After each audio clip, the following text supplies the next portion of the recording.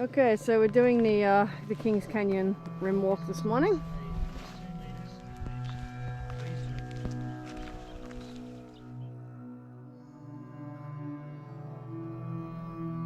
And we have to start by climbing that mountain. Well, hill compared to what we've experienced on Larapinta Trail. So Kings Canyon features 300-metre high sandstone walls and views that stretch across the desert. We laced up our hiking boots once again to explore the iconic Kings Canyon on the 6-kilometre rim walk circuit. The ascent revealed 360-degree panoramic views over the red sand dunes and towering rock cliffs. And it's said to have taken about 400 million years for the canyon to form. About 800 million years ago, the rock that forms the McDonald Ranges was laid down, and about 550 million years ago, the rock that formed Uluru and the Olgas was being laid down in a separate mountain building event.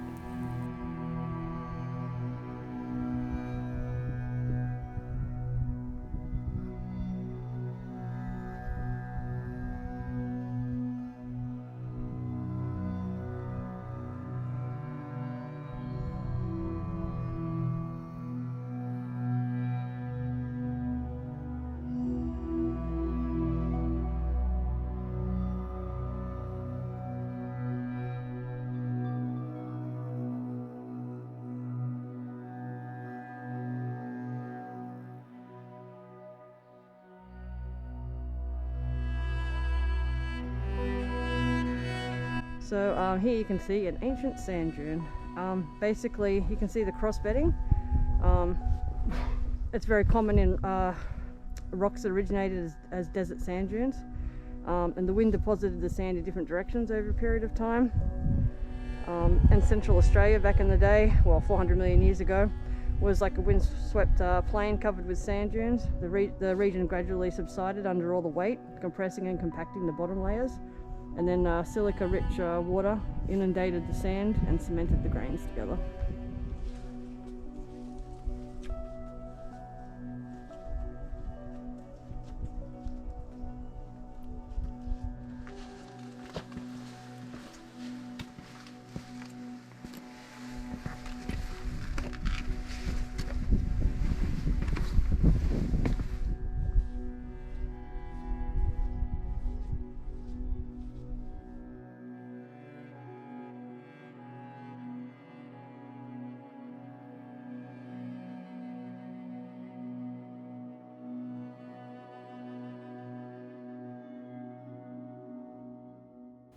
So Kings Canyon began as a hairline fracture in the marine sandstone about 20 million years ago, and with 20 million years of erosion it has obviously become much larger.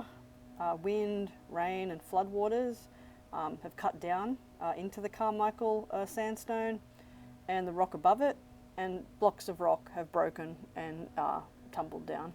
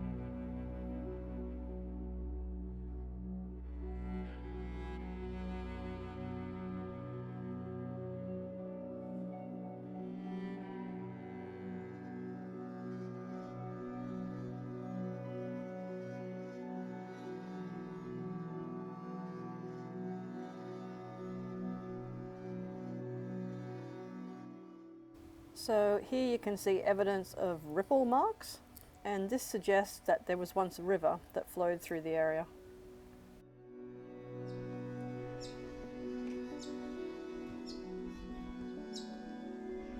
So this section of Kings Canyon is referred to as the Garden of Eden because of all the lush vegetation. The canyon is made up of 2 layers of sandstone with a layer of hard mudstone in between, and rainwater percolates through the Morini sandstone, but the layer of shale stops the water soaking through into the Carmichael sandstone. This creates a water table in the Morini sandstone above the layer of mudstone, and so the Garden of Eden cuts this water table, allowing stored water to slowly trickle out of the sandstone to water the lush vegetation.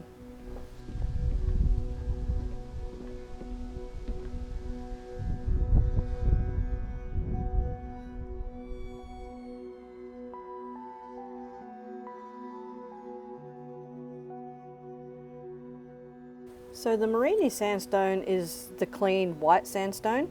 The red colour is believed to be due to an iron-rich dust blown onto the rock surface and then chemically fixed to the sand grains by a form of fungi, which thrives on iron, silica and rainwater.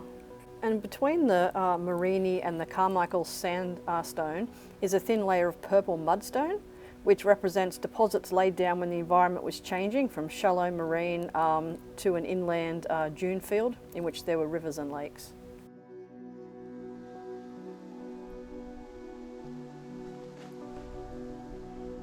So these cycads here in front of me have survived here for the last 45 million years. It's 45 million years ago Australia broke away from Antarctica and began drifting north. The temperature at the South Pole was like much higher than it is today, and so forests of pine, cycads and ferns covered much of the land. But in the last 20 million years, Australia's become quite dry. But some of these primitive plants have managed to survive in various little refuges, like here in the Garden of Eden. And this one here is about 400 years old. And their seeds look like little eggs. I found a lot of them on the Larapinta Trail and wasn't sure what they were.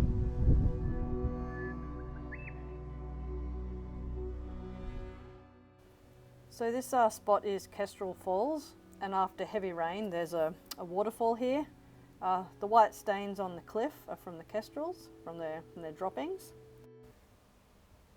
And basically in the area here, because of the water spilling over the cliff after the heavy rains, it's sort of cut like a gully into the slope below, and there is enough moisture trapped in these temporary pools to allow the tall gum trees and cycads to grow. But over this side here of the cliff, the water runs off very quickly, and so you can only get the really hardy spinifex and mallee to grow here.